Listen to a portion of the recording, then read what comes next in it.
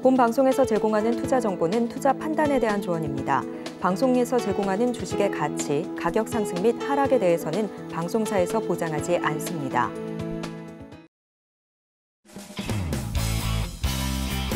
시청자 여러분 안녕하십니까? 깊이 있는 인사이트로 여러분들의 투자를 잘 이끌겠습니다. 저는 강관우입니다. 저는 이혜은입니다. 간밤에 미국 시장 3대 지수 모두 약보합 마감했습니다. 5월 1일 근로자의 날 하루 쉬고 오늘 새롭게 시작하는 5월 첫 날입니다. 네, 5월의 첫 거래일인 만큼 오늘 증시팔, 증시구 더욱더 새롭고 탄탄하게 돌아왔으니까요. 오늘장 계속해서 함께 하시면서 5월의 첫 거래일 힘찬 투자 이어나가셨으면 좋겠습니다. 자, 저희 서울경제TV 유튜브 놀러 오시면요. 실시간 방송도 즐겨보실 수가 있고요. 4월에는 어떤 이슈들이 있었는지 다시 한번 영상으로 또 한번 만나보실 수가 있으니까요. 유튜브에 서울경제TV 검색해보시고 더 많은 영상과 자료들 함께 공부해보셨으면 좋겠습니다. 자, 오늘 서울경제TV 증시 8도 그리고 우리 증시도 파이팅입니다. 파이팅! 자, 5월 들어서 이제 코너 개장을 조금 고쳤습니다. 그래서 오늘은 미국 시장 마감부터 해서 암호화폐 시장까지 한꺼번에 정리해보는 이런 시간을 갖겠습니다. 미장원이라고 저희가 코너를 만들었습니다. 네, 오늘 미장원과 함께 처음으로 인사드리게 되는 분이죠. 에임리츠의 김PB 전문가 화상 연결돼 있습니다. 전문가님, 안녕하세요. 네, 안녕하세요. 투자 쉽게 하자, 김PB입니다. 잘 부탁드리겠습니다. 자, 미국 시장 전체적으로 약보합으로 끝났는데요. 지금 어떻게 보면은 지방은행 이슈가 조금 잠잠해질 것 같다 그래서 조금 올라갈 수도 있는 건데 퍼스트 리퍼블릭 은행을 JP모건이 인수를 한다. 이런 뉴스가 나왔음에도 불구하고 3대 지수 전반적으로 이렇게 약보합으로 흘러 내려갔습니다. 그거 좀 어떻게 보시는지 그거 하고 두 번째는 테슬라 주가도 조금 내려갔잖아요. 그 문제도 좀 있고 우리나라 지금 태양광 관련돼 가지고 주가가 한참 좋았다가 금요일장 저희 태양광 주가도 먼저 내렸는데 미국의 퍼스트 솔라 주가도 뭐 계속적으로 지금 내려가고 있는 건데 전반적으로 좀 한번 짚어주실 수 있겠습니까? 네. 미국 S&P 500은 현재 장 초반 상승해서 보합세 마감을 했고요. 지금 미국 증시 심리는 여전히 굉장히 좋은 상황이어서 투기 심리, 투자 심리 둘 다 굉장히 핫한 상황인데 금리 인상에 대한 우려감 그리고 고점이라는 불안감이 전반적으로 증시에 확산이 되면서 보합세로 지금 이어지고 있는 것 같고요. 그간 시장이 반년 동안의 기간 동안 상승했기 때문에 꽤나 오래 상승했다는 이런 이제 부담감 때문에 5월 중에 계속 하방 돌파 시도가 나올 가능성이 높겠습니다. 그리고 지금 유로 환율을 굉장히 주의 깊게 봐야 하는데 유로 환율은 아직까지 중기적인 강세를 보이는 상황입니다. 근데 유로 환율 같은 경우에는 미국 증시랑 지금 굉장히 연동이 잘 돼서 움직이고 있거든요. 그래서 투자 심리가 유로 환율 쪽 그리고 유럽 시장으로 이제 많이 옮겨오면서 지금 증시 상승세와 함께 유로 환율도 강세를 보이고 있고요. 지금까지 글로벌 투자 수요가 유럽 쪽에 좀 집중된 경향이 있습니다. 그래서 유럽 증시 그리고 유로화 둘 다 꺾이지 않으면 투자 심리 또한 당분간 강세일 가능성이 굉장히 높겠습니다. 지금 사실은 뭐 달러화 지수가 계속적으로 약세를 보이는 가운데 우리나라 환율까지 같이 동반 약세를 보이고서 좀 이상하다 이런 생각까지 했는데 그 원인은 이제 유로화 강세 이쪽을 지금 말씀을 하셨는데 보시면은 지금 테슬라나 이런 쪽도 지금 우리 관심들이 좀 많을 것 같습니다. 어떻게 보고 계십니까? 테슬라 같은 경우에는 투자 심리가 많이 꺾이게 되면서 전반적으로 계속해서 약세를 보이지 않을까 싶습니다. 그리고 저희 이제 또 그 반도체 지수 관련해서도 마이크론 테크놀로지 주가가 왔다 갔다 하는 거에 따라서 좀 영향을 많이 받는데 어제 간밤에 보니까 마이크론 테크놀로지 주가도 많이 떨어졌습니다. 네, 아무래도 반도체 시장 같은 경우에는 아무래도 약간 이런 경향이 있습니다. 반도체 시장 같은 경우는 경기에 굉장히 민감하게 반응하는 이제 산업군이기 때문에 경기에 대한 뭔가 안 좋은 전망들이 전반적인 자산 시장에서 확산이 되면 반도체 주식이 굉장히 많이 떨어지는 경향이 있습니다. 그래서 반도체 쪽 섹터가 좀 전반적으로 약세를 보인다는 건 경제에 대한 불안감이 좀 늘어나는 것이 아닌가 이렇게 좀 볼 수가 있겠습니다. 자, 전체적으로 뭐 구글, 아마존, 메타 이쪽 실적이 잘 나왔고 인텔 쪽은 좀 실적이 안 나왔는데 이번 주에 그 애플이 그 목요일쯤에 이제 실적 발표가 예정돼 있죠? 네네. 네, 애플 좀 어떻게 보고 계세요? 애플이 지난 자산 시장이 반등하면서 굉장히 시장 반등과 함께 많이 상승한 종목인데 아무래도 자산 시장에서 지금 모두 다 애플에 주목하고 그다음에 닷컴 버블과 글로벌 금융위기 이후로 애플이라는 종목에 그러니까 시가총액의 가장 상위 종목에 자금이 많이 집중되는 경향이 있었는데 닷컴 버블 그리고 글로벌 금융위기 이래로 애플에 가장 많은 자금이 몰렸습니다. 그러다 보니까 애플의 움직임에 따라서 전반적인 자산 시장이 이제 움직이는 경향이 있고 지금 애플이나 시총 탑10을 제외한 대부분의 이제 미국 증시 종목들은 전반적으로 약세를 보이는데 반해서 애플이 강세를 보이는 상황이라 전반적인 주식시장은 굉장히 이제 좀 아직까지도 주가 지수가 탄탄히 유지되고 있거든요. 그래서 애플의 실적 변화가 좀 중요할 것 같은데 애플 실적이 잘 나오게 되면은 전반적으로 시장 주가 지수가 탄탄하게 유지될 수 있는 반면에 애플의 실적이 좀 예상치보다 안 좋게 나오게 되면 전반적으로 시장이 좀 주가 지수도 그렇고 시장도 그렇고 약세로 좀 전환되지 않을까 이렇게 생각을 합니다. 네, 지금 뭐 애플의 실적이 굉장히 좀 중요하게 투심에 영향을 미치게 될 것이다라는 이야기를 해주신 건데 사실 애플 실적 발표까지 달려가기까지도 FOMC 일정도 있고요. 그리고 오늘 또 간밤 미증시 상황을 살펴보면 퍼스트 리퍼블릭 은행을 결국에 JP모건 체이스가 인수를 한다라는 결정이 나왔어요. 이 이슈도 조금 더 자세하게 짚어보면 좋을 것 같습니다. 네, 그렇죠. 이제 퍼스트 리퍼블릭 은행을 결국 JP모건이 인수하기로 했는데 이제 저 같은 경우는 계속적으로 이 퍼스트 리퍼블릭의 파산 경고를 해왔었고 드디어 한 달 정도 만에 지금 퍼스트 리퍼블릭 파산이 된 상황입니다. 근데 최근에 미국 이제 퍼스트 리퍼블릭 은행 이슈뿐만 아니라 미국 국회의원들의 거래 보고서가 공개가 됐는데 미국에 있는 국회의원들이 퍼스트 리퍼블릭 은행이 파산되기 직전에 퍼스트 리퍼블릭 종목을 매도를 하거나 내지는 퍼스트 리퍼블릭 은행이 JP모건 쪽에 인수가 되기 직전에 JP모건을 매수한다던가 이런 좀 이상거래의 흔적들이 좀 남아있어서 지금 좀 화제가 되고 있고요. 지금 퍼스트 리퍼블릭 은행이 JP모건에 인수되고 그 외에도 뭐 이제 실리콘밸리 은행과 같은 다양한 은행들이 파산을 했던 것들이 2008년 글로벌 금융위기와 굉장히 비슷한 분위기로 가고 있다고 저는 보고 있습니다. 하지만 시장은 아직까지도 주가지수 기준으로는 상승 분위기를 보여주고 있고요. 3월 이후에만 규모가 큰 여러 은행들이 미국 내에서 붕괴가 됐습니다. 퍼스트 리퍼블릭, 그리고 실리콘밸리 은행, 실버게이트, 시그니처, 크레딧 스위스 이렇게 다양한 은행들이 붕괴가 됐는데 미국 내에서 굉장히 규모가 좀 큰 상황이거든요. 근데 한 리서치 자료에 따르면 이제 3월에 리서치 자료를 제가 검토를 해봤는데 실리콘밸리와 실리콘밸리 뱅크와 동일한 파산 위험에 직면한 미국 은행이 200여 개 정도 된다고 합니다.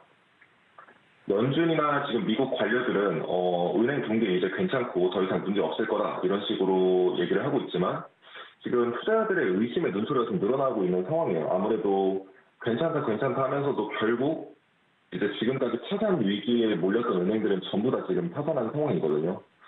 그렇다면 이제 이런 은행의 붕괴가 얼마나 큰 규모였을까 우리가 이제 짐작이 잘 가지 않습니다. 그래서 데이터로 준비를 했는데 지난 퍼스트 리퍼블릭 파산은 미국 역사상 9번째로 큰 은행 파산이었고요. 그 이전에 실리콘밸리 은행, 시그니처 은행의 파산 또한 미국의 역사상 은행 파산 중에서 상위권, 탑3, 탑4를 차지했습니다. 그래서 미국 역사상 가장 큰 은행 파산 중에 2, 3, 4위가 올해 발생했다는 거고요. 이게 전부 다 이제 기준금리가 인상되면서 발생한 결과지 않나 이런 생각이 듭니다. 그래서 앞으로 금리 전망이 또 이 은행 파산에 굉장히 중요한 요소로 작용을 할 텐데요. 패드워치에 따르면 지금 현재 기준금리 인상 가능성이 90%를 넘어섰습니다. 그래서 곧 있을 목요일 새벽 금리 인상에서 금리 인상이 발표될 가능성이 굉장히 높다는 거죠. 근데 은행들이 파산하는 이유는 결국 기준금리 인상이 거의 절대적인 영향을 차지하고 있습니다. 그래서 기준금리가 이번에도 추가 인상이 되게 되면 은행이나 비은행권의 금융기관들의 부실이 강화될 거고 목요일 새벽 3시에 금리 인상이 어떻게 결정되느냐에 따라서 이 은행 부실이 더 강해질지 아니면은 은행 부실이 좀 더 약화될지 이런 이제 어느 정도 그런 금융기관들의 부실 부분이 결정이 될 텐데 일단 저 같은 경우는 금리가 인상되게 되면 금융기관들의 부실이 더 빠르게 악화될 거라고 보고 있고 금융 컨디션도 악화돼서 좀 은행들의 추가 파산이 시간의 문제지 계속해서 발생되지 않을까 이렇게 보고 있습니다. 네, 지금 이제 은행 이슈 언급을 해 주셨는데 아무래도 이제 금리 인상 이슈도 있을 것 같고 상업용 부동산 대출 나간 게 이제 많잖아요. 이게 좀 문제가 되는 거 아닙니까? 예, 맞습니다. 상업용 부동산 같은 경우는 금리 인상이 되게 되면서 상업용 부동산을 구매해야 되는 메리트가 굉장히 줄어들었습니다. 뿐만 아니라 기준금리 인상뿐만 아니라 이제 코로나까지 겹치게 되면서 사람들이 더 이상 출근하지 않고도 일을 할 수 있는 환경이 됐기 때문에 뭐 지금도 저같이 이제 이렇게 재택근무를 하면서 화상근무를 하듯이 많은 사람들이 이제 사무실에 출근을 안 하고 일을 하는 이런 트렌드가 만들어지다 보니까 아파트나 이런 주거용 부동산보다도 상업용 부동산에 굉장히 큰 타격이 있었습니다.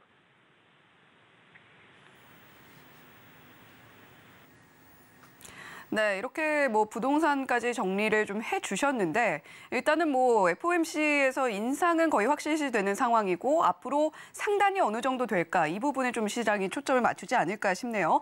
자, 암호화폐 시장도 정리를 해봐야 될 것 같은데 암호화폐 시장은 지금 어떤 흐름 보여주고 있습니까? 일단 암호화폐 시장 같은 경우에는 오늘까지 4% 이상 하루 동안 이제 하락하면서 마감이 됐고요.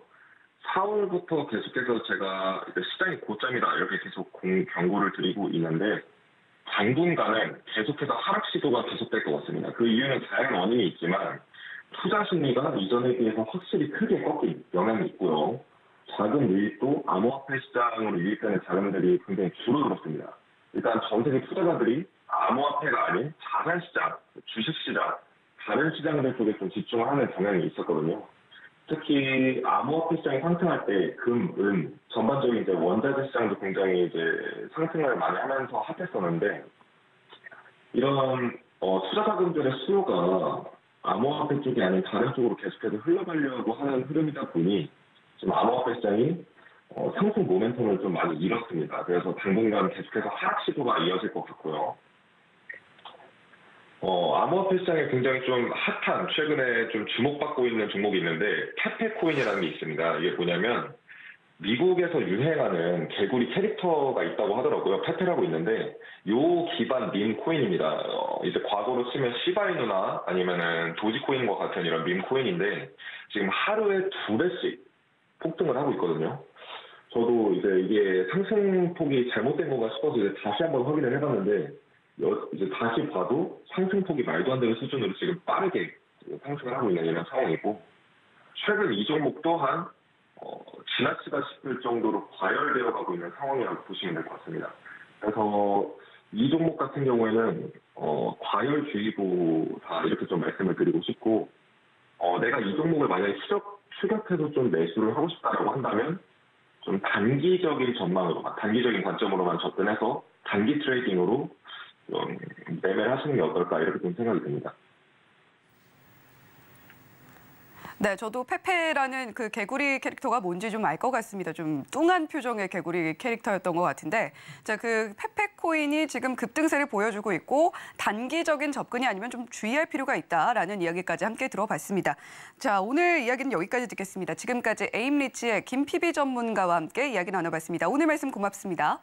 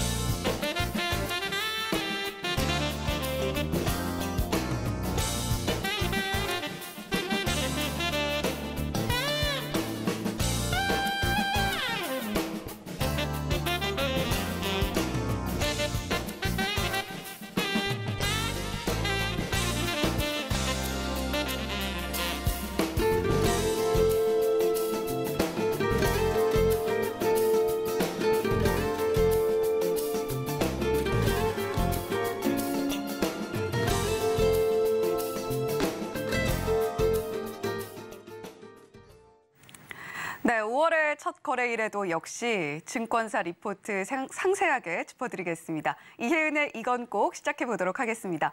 자, 5월의 첫 거래일에는 어떤 리포트 먼저 살펴보면 좋을지 첫 번째 종목부터 만나보시죠. 네, 첫 번째로 살펴볼 종목은 LG화학입니다. 오늘 LG화학은요, 일단 증권사에서 내놓은 제목 먼저 짚어보고 큰 제목 살펴보도록 하겠습니다. 자, 먼저 유진투자증권에서 LG화학에 대해서 이런 제목의 리포트를 내놨어요. 전환 기업의 모범 케이스다. 트랜지션 기업의 모범 케이스다라는 제목을 유진투자에서 내놨고요. 미래에셋증권은 어떻게 적고 있을까요? 배터리와 첨단 소재가 이끈 호실적 이번 1분기에 보여줬다라고 적고 있습니다. 한화투자증권에서는요, 실적으로 실력이 입증됐다라고 LG화학에 대해서 평가를 했고요. 대신증권에서는 턴어라운드의 표본을 LG화학이 보여주고 있다라고 증권사 리포트 제목을 적고 있었습니다. 자, 따라서 이 리포트 제목들을 살펴봤을 때 LG화학에 대한 것은 결국 이번에 실적이 상당히 이목을 끌었고 그 중에서도 변화에 증권사들이 집중을 하고 있다라는 부분을 살펴볼 수가 있었는데요. LG화학에 대한 자세한 내용 더 짚어보도록 하겠습니다. 자, 결국 지금 LG화학의 아이덴티티라고 한다면 배터리 첨단 소재, 석유화학, 그리고 생명과학 이 세 가지가 될 것 같습니다. 그중에서도 배터리 첨단 소재에 상당히 많은 공을 들이고 있고 실제로 배터리 첨단 소재 기업으로 변모하는 모습도 성공적으로 보여주고 있는 LG화학이죠. 자, 이번에 직전 분기 대비 실적이 314%나 성장하는 모습을 보여줬습니다. 영업이익이 그랬고요. 순이익도 6,600억 원대로 흑자 전환하는 모습 보여줬는데요. 추정치에 부합했다라고 보여지고요. 물론 전년 동기 대비로는 영업이익이나 순이익은 줄어들기는 했습니다만 화학 사업이 전반적으로 적자를 보인 와중에 AMPC라고 하죠. 첨단 제조 생산 세액 공제 이 부분의 반영으로 2차 전지 쪽 실적이 호조를 보였고요. 그리고 첨단 소재 쪽으로는 어닝 서프라이즈도 보여줬던 LG화학이었습니다. 자, 2분기는 어떨까요? 2분기 살펴보면 석유화학은 2025년까지는 증설과 또 중국의 회복세가 생각보다는 더딘 측면 때문에 내년까지는 손익분기 수준의 실적을 보여줄 듯하다라고 증권사에서 적고 있습니다. 물론 이 부분에 있어서는 조금은 평가가 갈리는 증권사도 있습니다. 첨단 소재 쪽은 양극재 마진은 둔화가 예상되긴 하는데 일단 물량 자체가 늘어나고요. 그리고 환율이 오름에 따라서 감익 규모 역시 최소화될 것이다라는 부분도 살펴볼 수가 있었습니다. 여기에 배터리 사업도 계속해서 확장해 나가고 있고 또 전고체까지도 손을 벌리고 있는 LG화학이죠. LG에너지솔루션 보유 지분 매각을 통해서 생명과학 쪽에서는 이 미국의 항암 신약 전문 기업입니다. 아베오 파마슈티컬스 인수와 같은 이런 사업부의 선택과 집중이 돋보이고 있고 신사업 추진 가능성까지도 높아지고 있는 상황 상당히 긍정적으로 보인다라는 내용 살펴볼 수가 있었습니다. 자, 지금 많은 증권사에서 LG화학을 집중을 하고 있는 만큼 목표 주가 제시도 상당히 다양했는데요. 목표 주가를 상향하고 있는 증권사 그리고 유지하고 있는 증권사들이 대부분이었습니다. 목표 주가 상향한 증권사와 유지하는 증권사가 물론 나뉘고는 있습니다만 LG화학의 포트폴리오 확대, 특히 양극재를 단순 제조하는 업체에서 수직 계열화를 성공적으로 이뤄내고 있는 LG화학이기 때문에 이런 모습에 상당히 주목을 많이 하고 있고요. 또 석유화학 부분의 적자 축소까지도 기대하고 있는 증권사들이 있기 때문에 상세 부문의 전망은 조금 엇갈리더라도 대체로 긍정적인 전망을 내놓고 있는 것에는 변함이 없다라고 보시면 되겠습니다. 자, 따라서 투자 의견은 매수 제시하고 있고요. 목표 주가는 88만 원에서 100만 원까지 다양한 모습 보여주고 있는 LG화학이었습니다.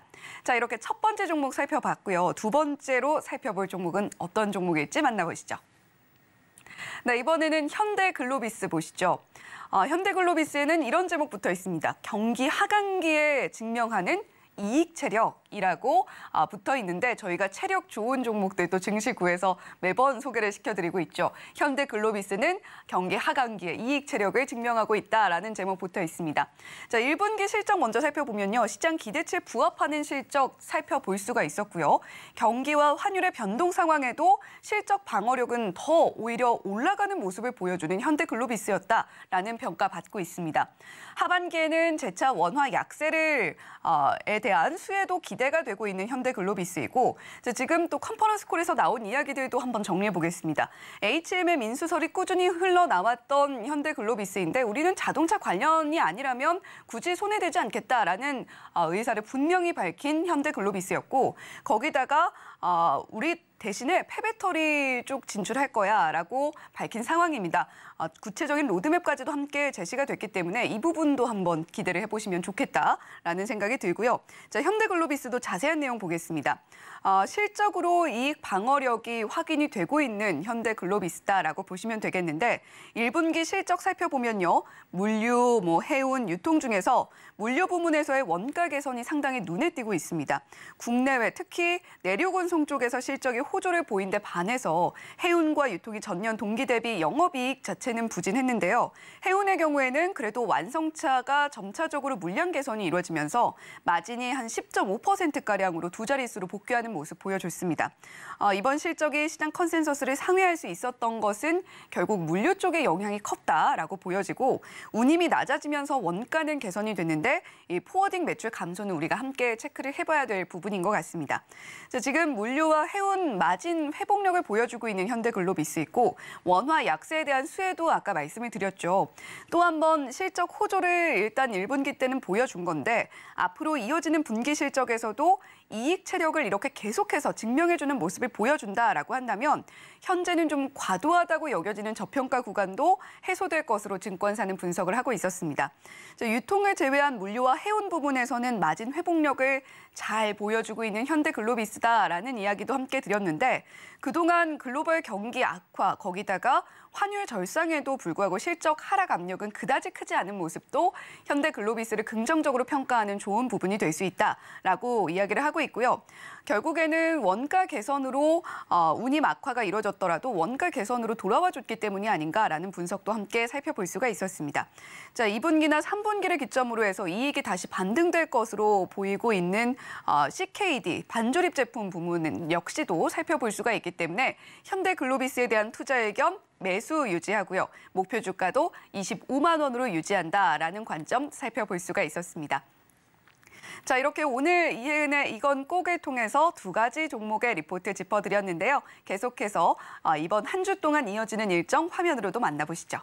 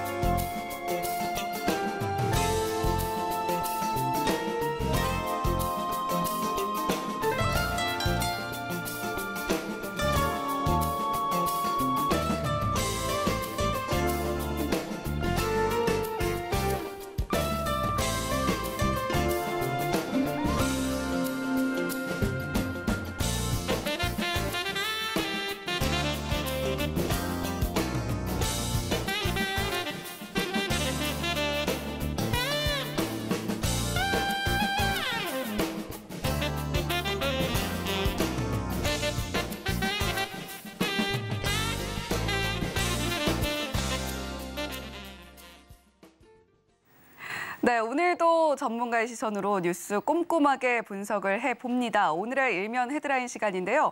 오늘은 또 처음 뵙는 분과 함께 오늘의 일면 헤드라인 분석을 해보도록 하겠습니다. 에이든홀딩스의 이지연 전문가님 나와 계십니다. 전문가님 어서 오세요. 네, 안녕하세요. 네, 오늘 저희 서울경제TV 시청자 여러분들, 특히 증시 8 시청자분들 처음 뵙는 자리인데 한번 또 간단하게 인사 부탁드릴게요. 네, 이 시간을 통해서 앞으로 좀 확실한 투자 아이디어 많이 전달 드릴 테니까요. 우리 함께 하시는 시청자분들 좀 좋은 아이디어 많이 얻으셔서 투자하시는 데 좀 큰 힘이 되실 수 있도록 열심히 달려보겠습니다. 네, 늘 증시 8과 증시 9를 통해서 우리 여러분들께서 투자하시는데 투자 인사이트 많이 얻어가실 수 있도록 저희도 준비 열심히 하고 있는데 이지연 전문가님께도 계속해서 힘내주시길 당부드리도록 하겠습니다. 자, 오늘의 일면 헤드라인 어떤 내용 준비를 해오셨을지 화면 통해서 먼저 확인해 보겠습니다. 네, 오늘의 헤드라인입니다. 마이크로소프트 챗 GPT 투자 확대, AI 회사 수익 견인할 것이라는 제목입니다. 자, 지금 챗 GPT에 대한 아주 뜨거운 열기는 조금은 식고 있는 분위기 속에서 다시 한번 좀 불이 지피는 느낌이에요. 네. 오늘의 헤드라인 간단하게 요약 들어보겠습니다. 네, 먼저 우리 앵커님께서는 챗 GPT 한번 사용해 보셨을까요? 아유, 우리 전문가님께서 저희 방송을 꾸준히 안 보셨나 봅니다. 저희가 AI 대 인간이란 코너를 통해서 챗 GPT를 활용한 또 코너를 했었거든요. 네. 이 사실 올해 이제 챗 GPT를 필두로 해서 이런 AI 열풍이 굉장히 거센데요. 뭐 아직 사용하지 않으신 분들도 계시긴 하지만 이 앞으로 지금 지속적으로 사용하셨다는 분들이 정말 빠르게 좀 늘어나고 있습니다. 실제로 이 챗 GPT 이용자 수 증가율이 정말 역대급으로 좀 압도적으로 좀 빠르게 늘어나고 있는데요. 이 마이크로소프트가 이번 1분기죠. 무려 13조 원 이상을 좀 추가로 투자하겠다라고 또 발표를 했고요. 지난주에 이제 실적 발표 후에 컨퍼런스 콜에서 이제 이런 앞으로 AI 관련한 쪽으로 더 투자를 확대해 나가겠다. 그리고 앞으로는 이런 AI가 회사의 수익을 견인해 나갈 것이다. 이렇게 또 얘기를 했습니다. 네. 그만큼 또 사실상 이번 컨퍼런스 콜에서는 이 AI 관련된 얘기만 했다라고 사실 봐도 좀 무방할 것 같은데요. 이 월가에서는 또 이런 이 마이크로소프트의 미래 전략을 좀 더 긍정적으로 좀 평가를 하는 것 같아요. 주가 또한 또 실적도 워낙 좋게 나왔지만 또 이런 컨퍼런스 콜 이후에 또 10% 이상 또 주가 흐름도 좀 급등세를 보이면서 또 좋은 흐름을 또 이어나가고 있습니다. 이 검색 엔진 하면 사실 기존에 국내에서는 이제 네이버나 구글 같은 것들을 좀 많이 떠올리실 텐데요. 네. 이 글로벌 쪽에서 보면 사실 시장 점유율이 무려 93%나 되는 정말 압도적인 수치를 기록하고 있죠. 또 앵커님께서는 혹시 검색하실 때 마이크로소프트의 빙을 혹시 쓰시나요? 저는 아직은 네이버를 많이 사용하는 것 같습니다. 네, 맞습니다. 저도 사실 이 빙을 한 번도 사용해 본 적이 없었거든요. 네. 그만큼 존재감이 정말로 미미했고 사실 이 시장에서의 점유율도 약 2에서 3% 정도밖에 되지 않을 만큼 굉장히 좀 시장에서 좀 불씨가 꺼져가고 있다라는 느낌을 많이 받았었는데 이번에 마이크로소프트가 이제 AI라는 좀 산소호흡기를 달고 불씨를 좀 굉장히 빠르게 좀 늘려나가는 그런 모습을 볼 수가 있는 것 같아요.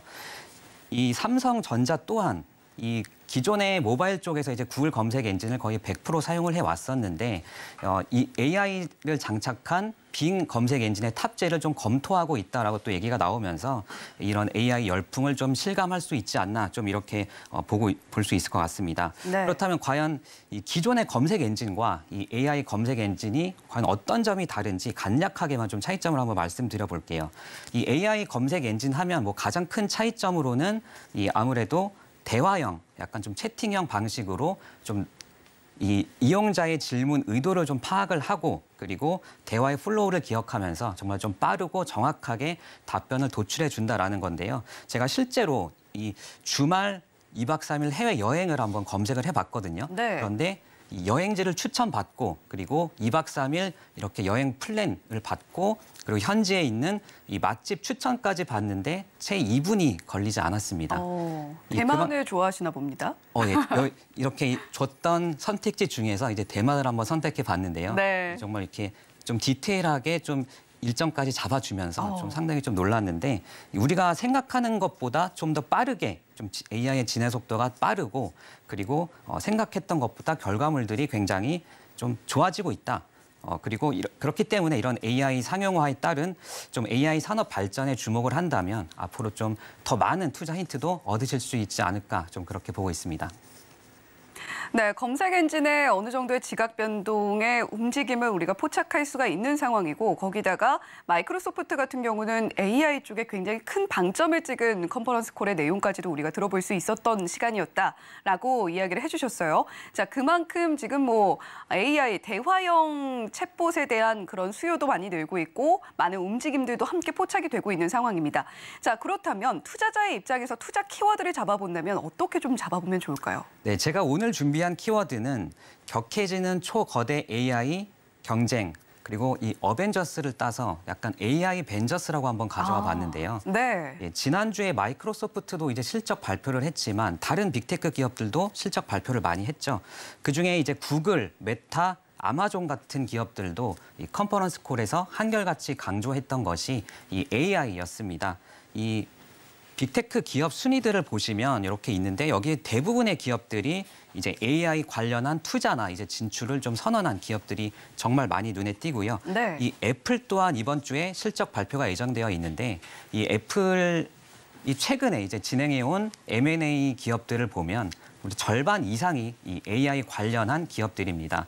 그렇기 때문에 이번 주 애플 또한 컨퍼런스 콜에서 당연히 AI 얘기 나올 거고요. 그렇게 된다면 뭐 알파벳, 마이크로소프트, 아마존, 애플, 메타, 뭐 테슬라까지도 모두 이 AI 전쟁에 좀 참전을 하게 되는 것이기 때문에 이 경쟁 또한 굉장히 격화될 수밖에 없겠고요.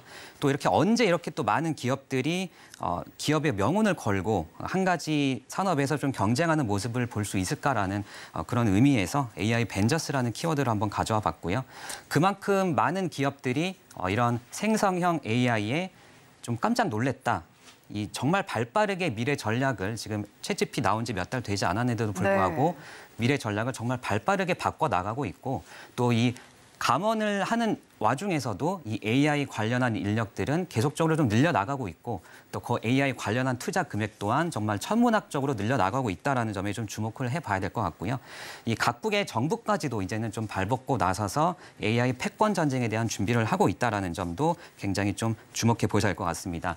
이 지난주에 정말 많은 기업들이 이 컨퍼런스 콜을 했는데 저는 이 메타 관련한 좀 내용이 가장 좀 흥미로웠어요. 네. 이 메타 하면 아무래도 우리가 잘 알고 있듯이 이제 2년 전에 페이스북에서 메타로 사명을 바꾸면서 이제는 메타버스에 좀 올인을 하겠다라는 그런 모습이었는데 네. 이랬던 메타조차도 이제는 AI에 거의 뭐 사활을 걸고 있는 그런 모습이 계속해서 보여지고 있습니다. 이 컨퍼런스 콜에서 메타버스 관련한 얘기는 1분 30초밖에 되지 않았고요. 이 AI 관련한 얘기는 무려 6분이나 할애를 하면서 이제는 좀 투자의 방향성도 좀 선회하는 모습이 지속적으로 좀 관찰이 되고 있습니다. 매년 좀 수십억 달러를 메타버스 쪽에 써왔는데 작년 한 해만 보더라도 이 분기당 투자 금액이 무려 AI 쪽으로 40억 달러나 된다고 하고요.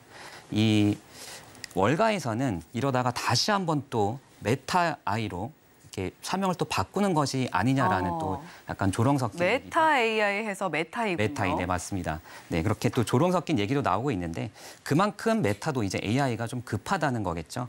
관련해서 그런데 또 이 경쟁자들을 보면 또 굉장히 또 쟁쟁하지 않습니까? 뭐 그쵸. 마이크로소프트, 애플 뭐 너나 할 것 없이 하고 있기 때문에 메타 또한 앞으로 지속적으로 투자 금액을 더 천문학적으로 늘려나갈 수밖에 없다. 이렇게 말씀을 드리겠고요. 그만큼 AI 파급력이 정말 우리가 생각했던 것보다 너무 크고 그 밸류체인 또한 워낙에 거대하다 보니까 이렇게 경쟁 또한 거대하고 앞으로 이런 경쟁이 좀 상당 기간 이어질 가능성이 매우 높다. 이렇게 말씀을 드리겠고요. 지난 1분기에 사실 2차 전지나 뭐 이런 로봇 관련해서 좀 놓치셨던 투자자분들도 아직 너무 실망하실 필요는 없다라고 좀 말씀을 드리고 싶어요. 네. 이 로봇도 그렇고 뭐 2차 전지 관련한 전기차도 그렇고 결국에 이제 궁극적인 목표는 AI를 장착하고 AI가 장착된 로봇 그리고 AI가 장착된 이제 자율주행 전기차이기 때문에 관련해서 또 지속적으로 더 좋은 또 뛰어넘는 그런 큰 수익이 또 가능할 것으로 예상이 되고 있기 때문에 너무 실망하실 필요는 없다. 그리고 또 모건 스탠리 쪽에서도 얘기를 했죠. 이제 AI가 변곡점에 와 있고 앞으로 6조 달러가 넘는 그런 시장이 펼쳐질 것이다라고 얘기를 했는데요. 하나로 따지면 무려 8천조 원이나 넘는 그런 수치입니다. 우리는 뭐 누가 이기건 간에 여기서 좀 이런 치열한 경쟁 속에서 좀 가장 큰 수혜를 받을 수 있는 업종과 기업을 선택해서 투자해 나가면 된다. 이렇게 말씀드리겠습니다. 네, 지금 뭐 챗 GPT가 쏘아 올린 작은 공인 줄 알았는데 상당히 큰 공이 쏘아 올려진 것 같고 많은 빅테크 기업들도 함께 등판을 해서 우리가 어떤 기업들을 상세하게 좀 지켜보면 좋을지에 대한 분석도 굉장히 중요하게 필요한 시점인 것 같습니다. 자, 그렇다면 우리가 수혜볼 수 있는 업종도 좀 알아봐야 될 것 같은데 이재원 전문가님은 어떤 업종 보고 계신가요? 네, 저는 이렇게 빅테크 기업들의 AI 경쟁이 더 치열해질수록 좀 가장 크고 빠르게 좀 수혜를 입을 수 있는 업종으로 이 AI 반도체 절대 빼먹을 수 없다라고 좀 말씀을 드리고 싶습니다. 네. 이 AI 경쟁의 관건이 좀 쉽게 말씀드리면 결국에는 이 AI를 감당할 수 있을 만큼의 빠르고 용량이 큰 반도체가 좀 필수적이다라고 볼 수 있겠는데요. 특히 정말 이 방대한 데이터를 얼마나 빠르게 학습을 하고 또 이 정확한 답변을 얼마나 빠르게 도출할 수 있느냐가 가장 중요한 포인트이기 때문에 앞으로 이런 GPU나 뭐 NPU 같은 이런 AI 반도체의 중요성이 점점 높아질 수밖에 없다라고 말씀을 드리겠고 실제로 이 미국의 10대 빅테크 기업 대부분이 이 AI 반도체 산업에 뛰어들었죠. 이 천문학적인 돈을 계속 투자해 나가고 있고 올 한 해도 AI 반도체 설계에만 약 3억 달러 이상을 좀 투자해 나갈 것으로 이렇게 전망이 되고 있습니다. 글로벌 AI 반도체 시장 또한 연평균으로 약 25% 이상 꾸준하게 좀 우상향할 것으로 기대가 되고 있고요. 2020년에 200억 달러였던 시장이 2030년이 되면 1,170억 달러 규모의 시장으로 성장할 것으로 그렇게 예상이 되고 있습니다. 네. 이렇게 되면 이제 반도체 시장에서 무려 한 3분의 1 정도를 이 AI 반도체가 이제 차지할 것으로 그렇게 기대가 되고 있고요. 이 지난주 금요일에 또 나왔던 소식이 있었죠. 이 네이버가 AI 반도체가 부족해서 그동안 준비해왔던 이제 7월에 이제 발표 예정이었죠. 하이퍼클로버 X의 좀 출시가 미뤄질 가능성이 있다라는 얘기도 나왔어요. 네. 그만큼 이미 이 AI 반도체 관련해서 수요가 공급을 좀 앞서가고 있다. 그렇다면 관련해서 당연히 수혜받는 기업들이 좀 늘어날 수밖에 없겠고요. 우리 정부 또한 지난해부터 계속해서 좀 AI 관련한 정책들을 좀 만들어내고 있습니다. 작년 12월에 이제 K-클라우드 추진 방안으로 2030년까지 약 한 8,200억 가량을 투자하겠다고 얘기를 했고요. 올해 초에도 이 AI 10대 핵심 프로젝트를 발표하면서 좀 지속적으로 이런 국내 AI 반도체 관련해서 좀 초격차 전략이라든지 관련해서 좀 시장 점유율을 높여내겠다라는 또 이런 계획들을 계속해서 만들어내고 있습니다. 여기 또 삼성전자, SK 하이닉스도 이제 HBM3죠. 이 AI용 GPU에 반드시 필요한 부품으로 좀 주목을 받고 있는데요. 네. 이것을 생산 가능한 기업이 이제 전 세계에 단 2곳뿐이라고 합니다. 바로 이 삼성전자, SK 하이닉스인데 이 앞으로 또 지속적으로 좀 수요가 늘어날 것이기 때문에 국내에서도 관련한 또 수혜받는 기업들 찾아보시면 굉장히 또 좋을 것 같습니다. 업황이 좀 빨리 돌아서는데도 영향을 미칠 수가 있겠네요. 네, 맞습니다. 네. 지금은 뭐 SK 하이닉스가 뭐 상당히 앞서 있다라는 이야기는 나오고 있는데 자 그렇다면 좀 종목들도 저희가 구체적으로 살펴보면 어떤 종목들이 있을지 궁금해지네요. 네, 제가 AI 반도체 관련해서 이제 최선호 종목 2종목을 한번 준비해 와왔는데요. 먼저 첫 번째 최선호주로 이수페타시스 한번 말씀드릴게요. 이 잘들 아시다시피 이제 MLB 기판 관련 기업이죠. 네. 특히 이 서버 쪽에 들어가는 고다층 MLB를 주력으로 하고 있는 기업이다라고 보시면 되겠는데 이 고객사들을 보면 구글, 엔비디아, 마이크로소프트, 인텔 같이 정말 이 굵직한 빅테크 기업들, 특히 이 AI 쪽으로 지금 투자를 좀 많이 늘려나가고 있고 좀 집중해 나가고 있는 기업들이죠. 이 글로벌 빅테크 기업들이 이 AI 경쟁이 좀 투자가 늘어나고 하면서 이 관련한 MLB 기판 수요도 계속해서 좀 늘어나고 있는 그런 추세입니다. 특히 엔비디아 같은 경우에는 전 세계 GPU 시장의 80%를 차지를 하고 있죠. 이 챗GPT 열풍의 최대 수혜자로 불리고 있는데 이 AI 반도체 시장에서는 점유율이 무려 97%나 되고 있습니다. 이 챗GPT 쪽에 납품한 GPU만 벌써 1만 개가 넘어간다고 하고요. 이 챗GPT의 최대 수혜주가 엔비디아라면 이 엔비디아의 최대 수혜주는 바로 이 이수페타시스다라고 말씀을 드리겠습니다. 네. 이 관련해서 또 주변 사업 환경이 굉장히 또 긍정적으로 흘러가고 있어요. 이 미국과 중국의 무역 전쟁에서 가장 크게 또 수혜를 받을 수 있는 기업 그리고 이미 받고 있는 기업으로 또 이수페타시스를 들 수 있겠는데요. 이 경쟁사들이 FCBJ 쪽으로 좀 많이 떠나갔고 이 남아있는 기업들이 이제 중국향 기업들인데요. 이 미국과 중국의 무역 전쟁이 좀 시작되면서 결국에는 미국의 빅테크 기업들이 이수페타시스를 선택할 수밖에 없는 그런 환경이 됐다. 라고 말씀을 드리겠고 여기에 더해서 또 2분기 PCB 여파도 좀 개선이 되는 추세고요. 그리고 또 신규 고객사 대응을 위해서 좀 올해 그리고 내년까지도 증설을 계속해 나가고 있다라고 말씀을 드리겠고 네, 미국의 이 미중 간의 갈등에 의해서도 이스페타시스가 수혜를 받을 수밖에 없을 것 같다라는 이야기까지 저희가 들어봤습니다. 자, 오늘 뭐 AI 관련해서 저희가 심층 깊게 이야기를 해봤는데 그중에서도 수혜 볼 수 있는 업종으로 AI 반도체 쪽 보시면 좋겠다라는 이야기까지 이지연 전문가님께서 해주셨습니다. 자, 전문가님 오늘 일면 헤드라인 함께 해주셨는데 오늘 말씀 고맙습니다. 네, 감사합니다.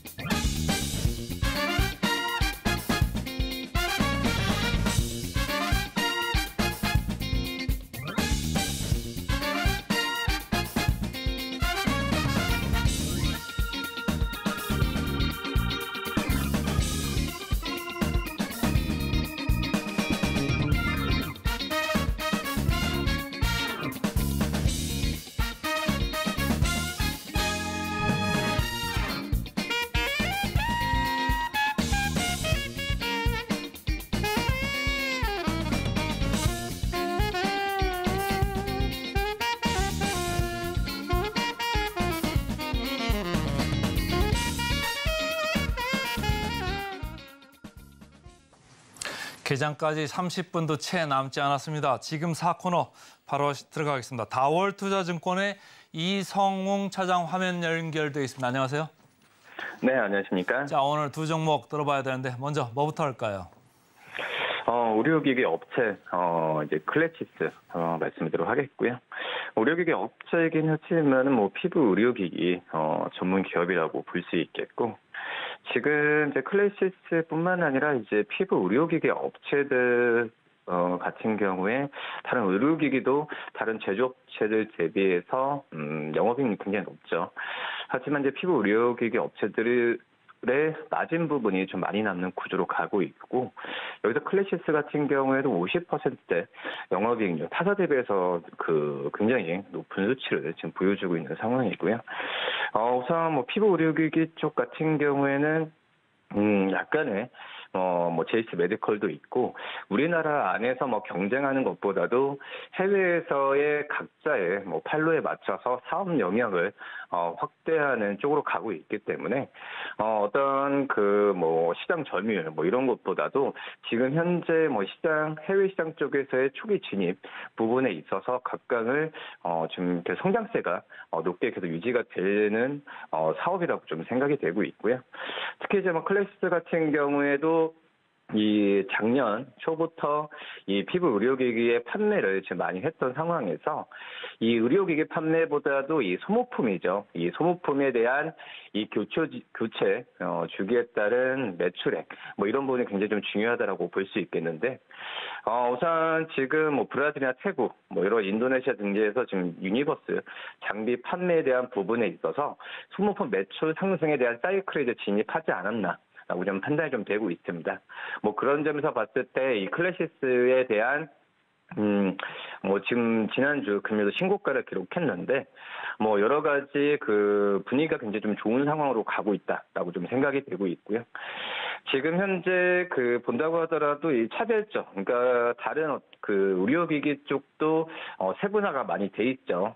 슈링크에 대한 입지가 클래스 안에서도 절대적으로 볼 수 있겠는데, 하지만 최근에 볼류머 같은 이런 새로운 이제 피부 의료기기 쪽에서의 영향력도 많이 세지고 있습니다. 그렇기 때문에 이 볼리머 같은 경우에도 지금 의사들이나 다른 해외 쪽에서 반응이 굉장히 좀 좋기 때문에 이쪽에서 의료기 판매도 늘어났을 때 소모품에 대한 역시 증가도 나올 가능성이 크다라고 좀 생각이 되고 있고요. 또 올해 하반기부터 해외 허가나 여러 가지로 봤을 때도 이 하반기 때 본격적인 판매가 된다고 한다면 이 올해보다도 내년에 대한 실적에 대한 기대감을 더욱더 가져가도 괜찮지 않을까라고 좀 생각이 되고 있고요. 지금 현재 본다고 하더라도 이 해외 쪽에서의 판매 부분이 이 우리나라보다도 이 단가가 거의 20% 가까이 높죠. 그렇기 때문에 해외 쪽에서 우리나라 판매보다도 해외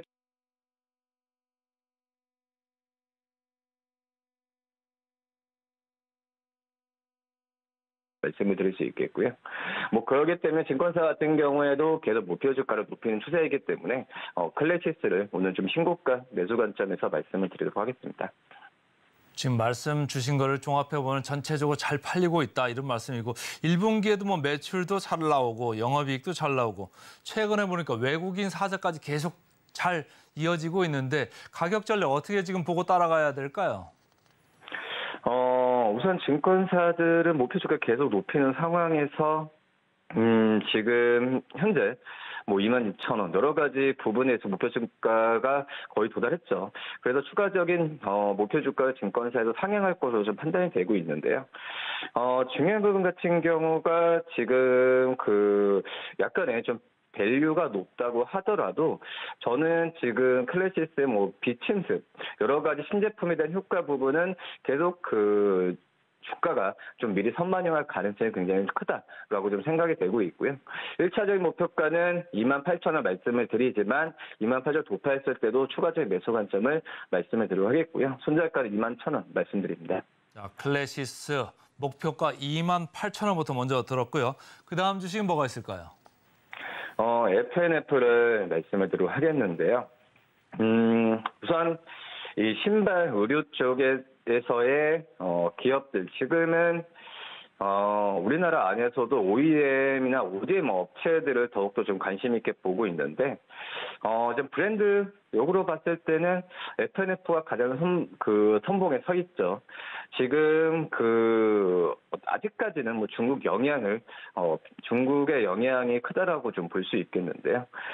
지금 중국 시장에서는 브랜드력은 FNF 계속 확장이 돼 있는 부분은 시청자분들도 아실 거라 생각이 되고 있고 역시 뭐 브랜드력이 확장됐을 때 수혜 강도가 가장 큰데 바로 이제 가장 의류나 이런 소비자 업체라고 좀 볼 수 있겠습니다. 그런 점에서 봤을 때도 중국 쪽에서의 리오프닝의 최대 수혜주는 저는 우리 업종에서는 FNF라고 좀 볼 수 있겠는데 뭐 우리 소비는 뭐 사회적 활동이 늘어나면 당연히 따라 올라가는 건 맞는 상황이고요. 3월 달에 본다고 하더라도 중국의 의류 소매 판매가 이 작년 3월에 대비해서도 17% 이상 증가를 했죠.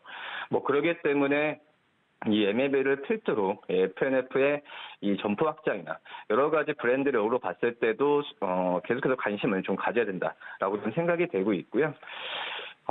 우선 현재 법인뿐 아니라 또 인바운드 수요 확대가 좀 예상이 되고 있는 상황이기 때문에 뭐 중국 입국자도 당연히 작년 대비해서 느는 상황이고 그런 점에서 봤을 때도 FNF의 이 실적에 대한 기대감은 계속 가져가도 괜찮지 않을까라고 좀 생각이 되고 있고 중요한 부분 같은 경우가 바로 밸류입니다. 주가가 정체되어 있는 모습을 좀 보여주고 있죠. 지금 어떤 스포츠 의류 쪽만 본다고 하더라도 이 글로벌 평균 PER이 26배라고 좀 볼 수 있겠는데 이 FNF는 지금 현재 증권사들의 목표 주가를 19만으로 설정하지만 이거는 13배 정도의 13배 정도로 준 상황이고 그렇기 때문에 글로벌 PER 대비해서 굉장히 50% 할인된 이 목표 주가가 19만 원이라고 좀 볼 수 있겠는데요. 지금 가격에서 충분히 저평가 구간에 있어서 매수 관점을 계속 가져가도 괜찮지 않을까라고 좀 생각이 되고 있습니다. 다만 이제 어떤 이 FNF 자체 브랜드의 개발에 대한 뭐 숙제라고 좀 볼 수 있겠는데 뭐 이런 부분 같은 경우도 계속 지켜봐도 괜찮지 않을까 이렇게 판단됩니다. 자, FNF 이제 말씀 주셨는데 멀티플이 이제 다른 데보다 좀 낮다 이런 거잖아요. 근데 보니까 이 회사가 돈을 잘 벌어서 가격은 좀 올라갈 수 있겠다 이런 생각도 드는데 가격 전략 어떻게 보고 따라가야 될까요?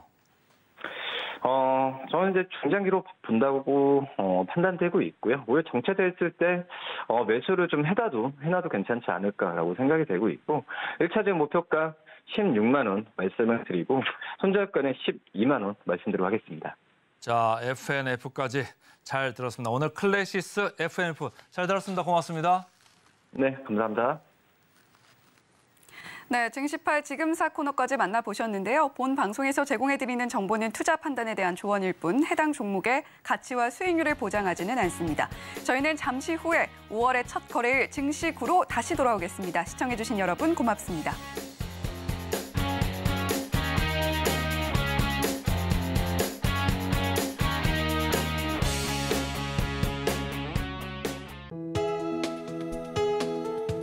본 방송에서 제공하는 투자 정보는 투자 판단에 대한 조언입니다.